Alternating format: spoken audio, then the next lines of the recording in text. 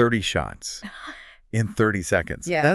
That's really the sound, isn't it? The sound that kind of burned itself into the American story. It really is. Imagine it. October 26, 1881, Tombstone, Arizona Territory. It's just after 3:00 p.m. Yeah, cold desert air. Maybe hear a bit of piano music from a saloon somewhere. Oh, yeah. Distant. And then, bam, just this explosion of gunfire. Exactly. And what you'd experienced then wasn't some, clean Hollywood shootout. No way. No. It's the smell of black powder. Really sharp, acrid, and smoke. So much smoke you literally couldn't see 10 feet in front of you. A thick, sulfurous cloud. And when it finally cleared, what was left? Yeah. Not heroes and villains standing clear. No, just devastation. 3 men dead or dying right there in the dirt. 3 others wounded. And this legend is born instantly, and almost as instantly it gets twisted. Right. So that's what we're doing today. We're diving deep into the gunfight at the OK Corral. Yeah. Because it is. I mean, it's the moment people think of for the American West. But that story everyone knows. The, noble Marshal Wyatt Earp cleaning up the town against these evil outlaws. It's, well, it's largely a myth, or at least a massive simplification. That's putting it mildly. So our mission here is to challenge that myth. We've looked at the sources, the accounts, the context. And what emerges isn't a duel, it's a street brawl. A really nasty one, driven by politics, economics, deep personal hatreds. It spirals into a massacre involving flawed men on both sides, men who are symbols of much bigger, older conflicts. It's crucial to get that, isn't it? The myth is simpler, cleaner, easier to digest. Much easier. But the reality, the messy truth, that's far more interesting, I think. And to really get those 30 seconds, you have to understand the town itself, the powder keg. Okay, so let's start there. Part 1, Tombstone. A city living on adrenaline. Right, because Tombstone wasn't your typical sleepy Western outpost. Not even close. It was an explosion. A silver boom town, right? But the scale, that's what's wild. The amount of wealth they found was just staggering. Yeah, we're talking huge silver strikes. Some of the ore valued at, what was it, up to $22,000 a ton back then, which is just immense wealth. I can't even imagine. And that kind of money pouring in meant Tombstone just blew up overnight. Yeah. Became one of the fastest growing cities in the whole country. Yeah. And probably one of the most volatile. Definitely volatile. Yeah. That much instant money, that fast growth, it creates incredible pressure. You go from maybe 100 prospectors to nearly 6,000 people in just a couple of years. Wow. All scrambling for a piece of the action. And that pressure cooker environment led to the sensory overload, these really weird contradictions. Yeah, talk about contradictions. You had signs of, high society right next door to utter chaos. Exactly. The sources mention an opera house, a bowling alley, an ice cream parlor, for crying out loud. In Tombstone. Yeah. And they're shipping in fresh oysters and shrimp on refrigerated rail cars from California. Yep. Putting on plays at Schieffelin Hall, trying really hard to look respectable, civilized. Then you look around the corner. And it's the Wild West cliche, almost. 110 saloons, 14 gambling halls, running 24/7, a huge red light district. Fortunes made and lost constantly. So the smell must have been something else. Money, sweat, whiskey. Oh, yeah.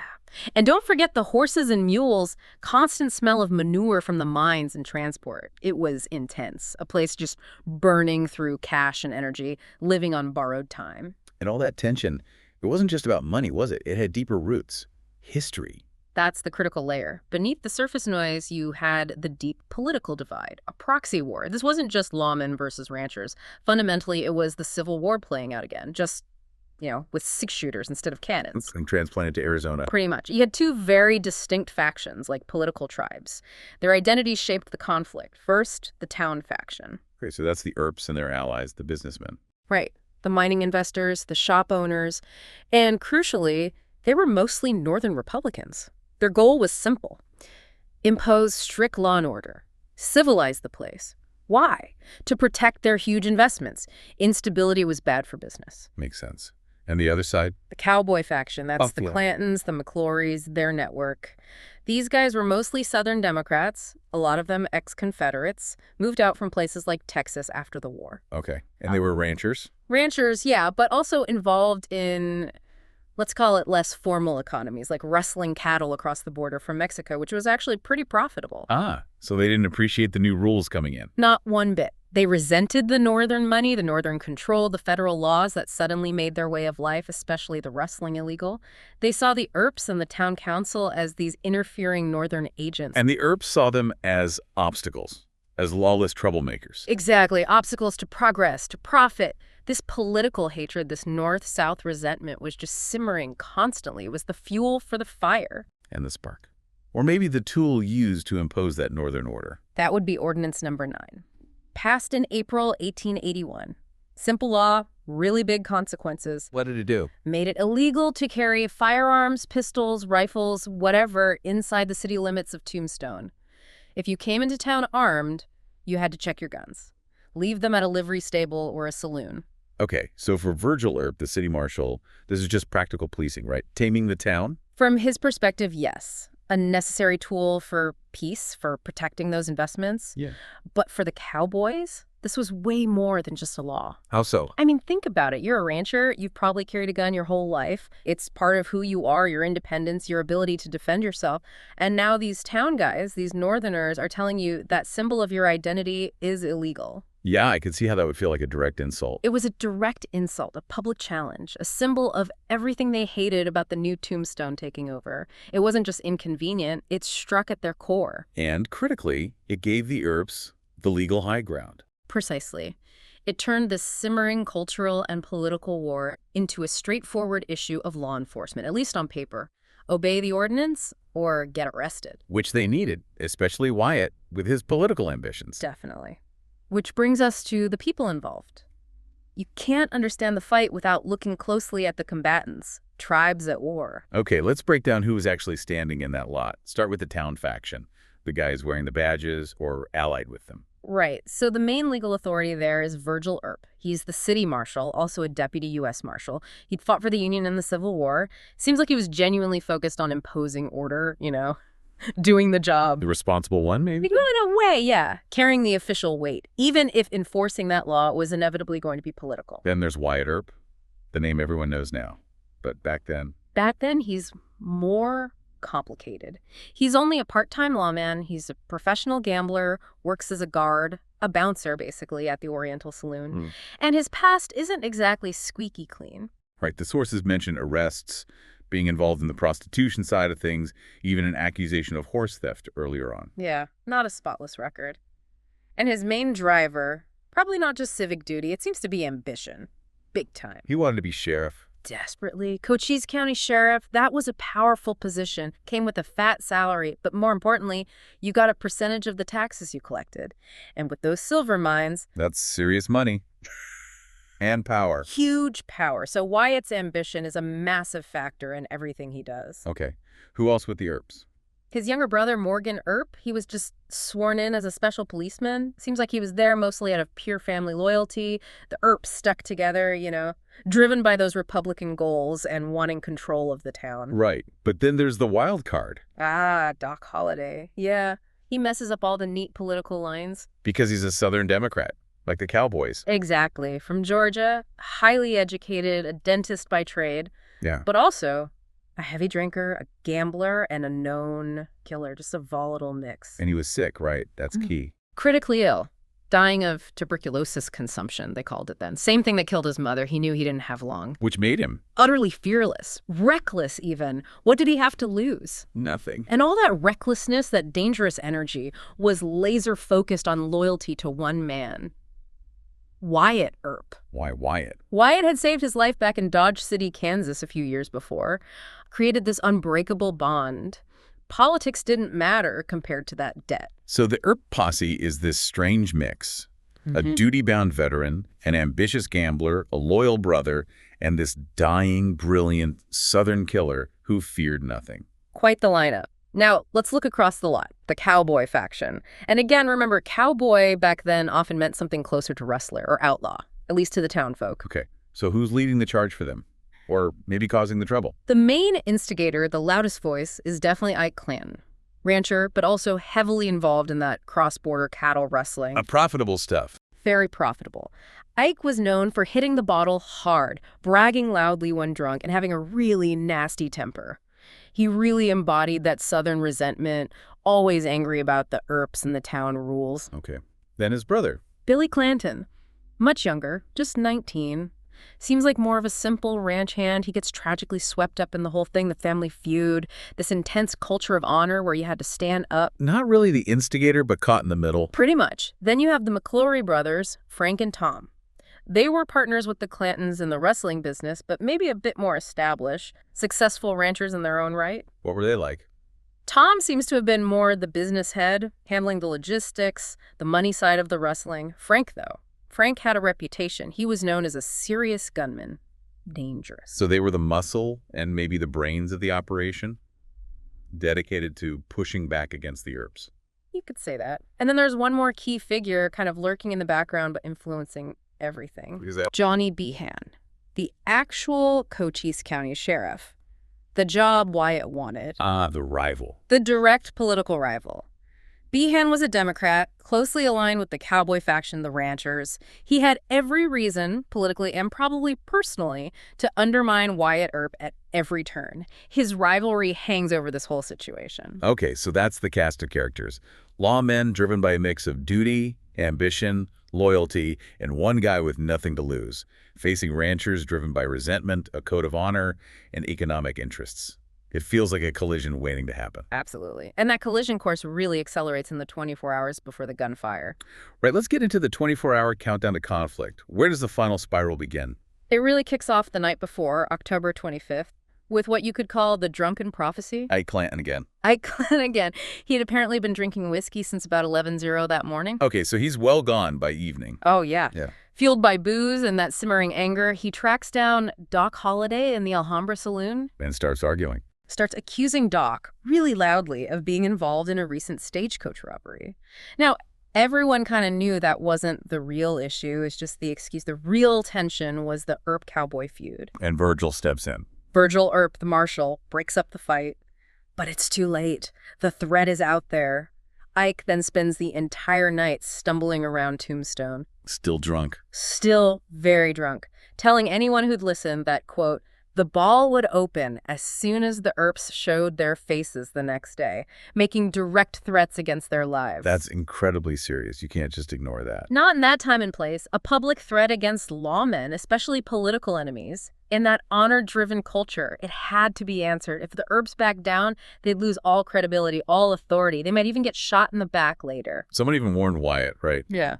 Went to his house. Yeah, a local policeman heard the threats and went straight to Wyatt's house to tell him, look, these guys are serious. This isn't just drunken rambling. Okay, so the next morning, October 26th, what's the mood? The weather's turned, it's cold, windy. Apparently there was even a light dusting of snow overnight. Sets a grim scene. And Ike. Still drunk, still angry, and now he's wandering around town openly carrying a Winchester rifle and a pistol, still making threats. This just cannot stand. Virgil has to act. Around 1:00 p.m., Virgil decides enough is enough. He has to assert control. But he doesn't just go for a quiet arrest. No, this is where the humiliations start. Exactly. It's calculated, brutal, designed to publicly shame Ike and break his standing. Virgil and Morgan find Ike in an alley. Virgil grabs Ike's rifle and then pistol whips him, brings the heavy barrel of his own revolver down hard across Ike's head, drops him right there. Oof, in public. Right there in the alley, likely with people watching. Yeah. Ike's disarmed, bleeding, humiliated. Then he's dragged off, fined $25, and eventually let go. That's humiliation number one. And Wyatt gets in on it, too. Oh, yeah. Shortly after, Wyatt sees Tom McLaury, who's just arrived in town with his brother Frank. Wyatt walks right up to him. First, he slaps Tom across the face, which is a huge insult back then. Then, just like Virgil did to Ike, Wyatt cracks Tom over the head with the barrel of his own revolver. Bam. Humiliation number two. Wow. They're really sending a message. It's pure dominance. They're saying, we own these streets. Your reputation means nothing here. We can assault you publicly, and there's nothing you can do. And for the Cowboys, steeped in that honor code. This is intolerable. Their face, their standing in the community, has been destroyed. In their minds, this kind of public shaming has to be answered, probably with violence, or they're finished. So word gets out about these beatings. Spreads like lightning, and it leads directly to the point of no return. Frank McLaury and young Billy Clanton ride into town. They hear what happened to their brothers, the beatings, the slaps. They are absolutely furious. And they meet up with Ike and Tom. The four of them, Ike, Billy, Frank, and Tom gather together. They're armed. And they plant themselves in that vacant lot right behind the OK Corral near Fremont Street. They refuse to leave town. They're making a stand. Just wait. Waiting. Defiant. The whole town is now buzzing with fear. People know something bad is about to happen. When the pressure falls on Virgil Earp. Citizens are coming up to him demanding he enforce Ordinance Number 9. Get those armed cowboys out of there before shooting starts. So Virgil gathers Wyatt, Morgan, and Doc Holliday. They agree. They have to go down there and disarm them. Okay, but then comes the twist. The really tragic part. Yeah.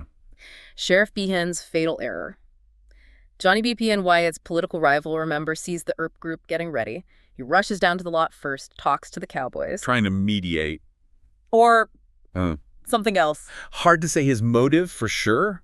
Maybe genuine mediation, maybe trying to get the cowboys out to deny the Earps a confrontation, maybe sheer political maneuvering. But what matters is what he does next. He goes back to Virgil. He finds Virgil and the others as they're starting to walk down Fremont Street. And Behan tells Virgil something absolutely critical and, as it turns out, completely wrong. What does he say? He tells Virgil, quote, "I have disarmed them." He lied. Or just got it massively wrong. Whether it was a deliberate lie out of political spite to set the Earps up for failure or danger or just a catastrophic misreading of the situation, we don't know for sure. But the effect was devastating. Because Virgil believed him. Believed the county sheriff. He had little reason not to, officially. So now Virgil thinks he's walking towards unarmed men who've just broken the town gun ordinance. He expects maybe some argument, maybe some resistance, but ultimately a simple, non-lethal arrest. Which means the Earps are probably more confident, maybe more aggressive, less prepared for immediate gunfire. Exactly. They're likely thinking, okay, we just need to go down and physically take these guys into custody. It completely changed their mindset heading into that lot. So they walk down Fremont Street. It must have been an intimidating sight. 4 men, grim-faced. Virgil actually hands his walking cane to Doc Holliday. And Doc gives Virgil his shotgun, a double-barreled shotgun, which Virgil then hides under his long coat. They weren't going there just to talk. They were a force, ready to make a statement, marching straight towards that narrow lot. The place that's about to become infamous forever. And that brings us into those final moments, 30 seconds of eternity. So they arrive at the lot. Describe the scene again. It's crucial. It's tight. Really tight. The lot is narrow, maybe 18 feet wide, right next to C.S. Fly's photography studio. When the two groups stop, they are incredibly close. How close? 6 to 10 feet apart. I mean, you could practically reach out and touch each other. This isn't like a movie duel across a wide street. It's practically face-to-face. Claustrophobic. No room for error. No time to think. None. Virgil steps forward, gives the official command, "Throw up your hands. I have come to disarm you." And then silence breaks. Instantly. And this is where the story gets really murky. The first shot, a question lost to chaos. We just don't know for sure who fired first. The accounts totally conflict, right? Completely. Ike Clanton, the survivor, always swore they were trying to surrender. He claimed Tom McLaury even threw open his coat to show he was unarmed. Implying the Earps just opened fire anyway. Cold-blooded murder. That was Ike's story, the murder version. But Wyatt Earp and his supporters told a totally different tale. What did Wyatt say? Wyatt testified that as soon as Virgil gave the command, Frank McLaury and Billy Clanton immediately went for their guns. He claimed the first 2 shots were almost simultaneous, him firing at Frank and Billy firing back at him. Self-defense. So who do you believe? Can we even know? Honestly, probably not definitively. It could have been anything. A nervous flinch, someone misunderstanding a movement. Even just the loud click of a pistol hammer being cocked could have been mistaken for a shot in that tension. The talking just stopped. Instantly, and it just erupts. The massacre. Lead and smoke. At that range, devastating. Unbelievably so. Wyatt's first shot hits Frank McLaury right in the stomach, a terrible wound, ultimately fatal. Almost at the same time, Morgan Earp fires, hitting 19-year-old Billy Clanton in the chest. Billy goes down hard. Doc Holliday, with the shotgun Virgil gave him. Doc levels that shotgun. He sees Tom McLaury moving, maybe trying to get cover behind a horse, maybe, as the Earps claimed, reaching for a rifle that might have been in a scabbard on the horse. That part's debated, though. Heavily debated. But Doc doesn't hesitate. He pulls both triggers. The double blast just tears into Tom McLaury. He stumbles away down the street and dies very quickly. And here's the really troubling detail for the Earps story. Right. Despite Wyatt and others claiming Tom was armed or reaching for a gun, no pistol was ever conclusively found on Tom McLaurys' body after the fight. It casts a huge shadow over the self-defense claim regarding him specifically. Were the Cowboys firing back? Oh, absolutely. It wasn't completely one-sided firing. Virgil Earp takes a bullet in the calf, serious wound. Morgan gets hit hard in the shoulder, knocked right off his feet. 𝐃 Holliday gets grazed on the hip. And the Cowboys who were hit kept fighting. Amazingly, yes. Young Billy Clanton, already dying from that chest wound, apparently had his right wrist shattered too. But sources say he propped his pistol on his left arm and kept firing back until he finally collapsed. Wow. And Frank McLaury. Also mortally wounded in the stomach, but he manages to get off several shots before he goes down for good. Just sheer grit or desperation. So the result? Yeah. 3 Cowboys down. Billy Clanton, Frank McLaury, Tom McLaury. All dead or dying within minutes. And 3 of the lawmen wounded, Virgil, Morgan, and Doc. But what about the guy who started it all? Ike Clanton. Yeah. The one doing all the threatening. Ike, well, in the middle of the chaos, he apparently lunges towards Wyatt Earp. To fight. No! Screaming he's unarmed, pleading for his life. Seriously, after all that talk. Seriously. Wyatt supposedly shoves him off, yelling something like, "The fight started, either fight or get out of the way." And Ike bolts, runs for his life, scrambles through the back door of C.S. Fly's photography studio and just disappears. Escapes without a scratch. The man who lit the fuse walks away clean. Incredible. It's one of the great ironies, isn't it? Yeah. But Ike wasn't finished. He survived. And now he wanted revenge, but through the courts, the fight just moved indoors. So Ike Clanton doesn't waste any time. He goes straight to the authorities. Immediately. Files murder charges against Wyatt and Morgan Earp and 𝐃 Holliday. Virgil was wounded, so maybe less focus on him initially. And this kicks off the Tombstone hearing. Right. It wasn't a full trial, technically, but a preliminary hearing before a judge, Justice of the Peace, Spicer, to decide if there was enough evidence to hold them for murder. But this hearing lasted a whole month. A month. Wow. It must have been a huge news. National news. It became this massive public stage for the whole political war in Tombstone. Every grudge, every rivalry, it all came out in the testimony. And Sheriff Johnny Behan played a big role. Wyatt's rival. A crucial role. Behan testified against the Earps. He basically backed Ike Clanton's version, claiming the Cowboys were trying to surrender or at least weren't actively fighting when the Earps opened fire. His testimony was really damaging. So things looked bad for the Earps. It was definitely tense, but they had a very good lawyer, Thomas Fitch. Apparently, he was a fantastic speaker. What was his strategy? Pure self-defense. He hammered home that the Cowboys were known troublemakers, rustlers, part of a dangerous faction. He emphasized Ike's drunken threats the night before. He painted the Earps and Holliday as lawmen, doing their duty against dangerous men who had threatened their lives. It wasn't murder, Fitch argued. It was necessary self-preservation while enforcing the law. So 2 totally different stories presented to the judge. How did Judge Spicer rule? After hearing from something like 30 witnesses over that month, Judge Spicer delivered his decision. And it was nuanced. He didn't just pick a side. Not entirely. The headline was, he exonerated the Earps and Holliday. He ruled that, given the circumstances, the threats, the Cowboys being armed in violation of the ordinance, the volatile situation the Earps and Holliday were acting legally within their duties as lawmen, he said they were, quote, fully justified in committing these homicides. Basically, self-defense upheld. Okay, so a legal win for the Earps, but you said nuanced. Yeah, Spicer didn't let them off completely clean from a judgment perspective.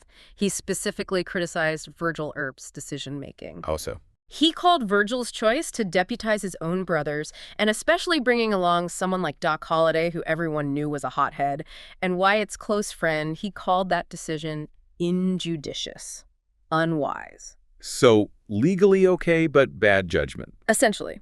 Cleared of murder, but a slap on the wrist regarding how they handled it. It acknowledged the complexities. Did that settle things in Tombstone? Oh, not even remotely. The legal system ruled, but the Cowboy Faction, they weren't accepting Judge Spicer's decision. The feud wasn't over. It just moved back outside the courtroom. So the vengeance begins. The law failed to deliver what they saw as justice, so they took it into their own hands. Exactly. Blood demanded blood. The ambushes started. Who was first? Virgil Earp. Less than 2 months after the hearing ended, December 28, 1881, ambushers step out of the shadows at night and blast him with shotguns. Did they kill him? No, but they hit him badly, shattered his left arm, crippled him for life, took the main official lawman figure out of the picture permanently. That's brutal. But it didn't stop there, did it? No. The attack that changed everything for Wyatt came a few months later, March 18th, 1882. What happened? Wyatt and Morgan Earp were playing billiards at night in Campbell and Hatch's saloon. Assassins outside fired rifles through the window. Aiming for Wyatt. Probably both, but the bullet found Morgan, ripped right through his spine. Oh, no. He died less than an hour later, right there with Wyatt holding him. That had to be the breaking point for Wyatt. Absolutely. Seeing Morgan killed like that, that was it. The man who had chased the sheriff's badge, who wanted structure, who maybe even believed in the idea of law, even if for his own gain, he just snapped. The system hadn't protected his family, so he abandoned it. What did he do? He got himself appointed as a deputy U.S. Marshal, which gave him federal authority, broader jurisdiction than a town marshal or even a county sheriff. And then he formed his own posse, including Doc Holliday, of course, and others loyal to him. And they set off on what's now called the Earp Vengeance Ride. Which wasn't about arrests. No arrests. This was a manhunt, pure and simple. A lawless, bloody campaign across southern Arizona. Wyatt and his posse hunted down every single man they believed was involved in the attacks on Virgil and Morgan, and they killed them, extrajudicially. So Wyatt Earp, the man who wanted to be the top lawman, becomes the very thing he was fighting, an outlaw himself. A fugitive wanted for murder by the territorial authorities he once sought to join. That's the ultimate irony, isn't it? It's profound. He achieves a form of justice, maybe, for his brothers, but he does it by completely abandoning the law he supposedly represented. It shows, I think, that underneath it all, for Wyatt, it was always personal, always about power, loyalty, and revenge, maybe more than abstract justice. Okay, so we've gone through the gunfight, the trial, the bloody aftermath. Let's try to pull it together. What's the true why behind those 30 seconds of chaos? Why did it happen? Well, like we said at the start, it's messy. It wasn't just one thing. You really need to see it as this perfect storm, this collision of, I'd say, three main forces. Okay, what's the first one? Control. Simple as that. This was the violent peak of that political and economic war we talked about. Northern money, Republican interests, wanting to tame Tombstone for profit, clashing head-on with Southern ranchers, Democrats, resisting that control, fighting for their way of life, legal or otherwise. The gunfight was the eruption of that battle for the soul of the town. Right, the bigger picture context. What's number two? Humiliation. This is the personal level. Ike Clanton's drunken public threats were a massive challenge. But the Earps' response, the pistol whippings, the slaps, the public shaming that was pouring gasoline on the fire. Because in that culture, honor and reputation were everything. Everything. When you strip men of their dignity like that publicly, especially men who live by a certain code, violence becomes almost inevitable. It's about saving face, even if it costs you your life. Okay, control and humiliation. What's the third force? Failure of leadership. Yeah. And specifically, Sheriff Johnny Behan. His decision to tell Virgil Earp that the Cowboys were disarmed. Whether it was a lie or a colossal blunder, it was fatal. Because it changed how the Earps approached the situation. Completely. It turned what might have been a tense standoff, maybe even resolved with negotiation or a less violent arrest, into a situation where the Earps walked in expecting compliance from unarmed men, ready to use force, and instead met immediate deadly resistance. Behan's failure, driven likely by his own political rivalry with Wyatt, directly enabled the massacre. So control, humiliation, and a failure of leadership all collide in that tiny lie. A lethal combination, which is why the story of the O.K Corral, it's a defining legend of the West, but peel back that legend. And you find something much more raw, human, flawed men, driven by pride, politics, fear, ambition, making terrible choices under immense pressure. Exactly. It's not clean. It's not simple good versus evil. History rarely is, right? It's usually covered in the grime of politics, money, and personal vendettas. Which kind of leaves us with a final thought, maybe for you listening. The O.K Corral happened in a specific place, a physical lot in Tombstone. But maybe it's also a metaphor. How so? Well, how many situations in our own lives, maybe at work, professional rivalries, maybe even in families, personal disputes, how many potential O.K Corrals are simmering? Situations that are maybe just one misunderstanding, one careless word, one moment where pride gets wounded, away from spiraling out of control into something irreversible. That's a sobering thought. That combination of perceived control, humiliation, and maybe someone not stepping up to lead or de-escalate. Yeah. Maybe think about those dynamics, control, humiliation, leadership, the next time you hear the name Tombstone, or find yourself in a tense standoff of your own. And so, another chapter closes. For more journeys into history's forgotten files, please like and subscribe. Your next story awaits.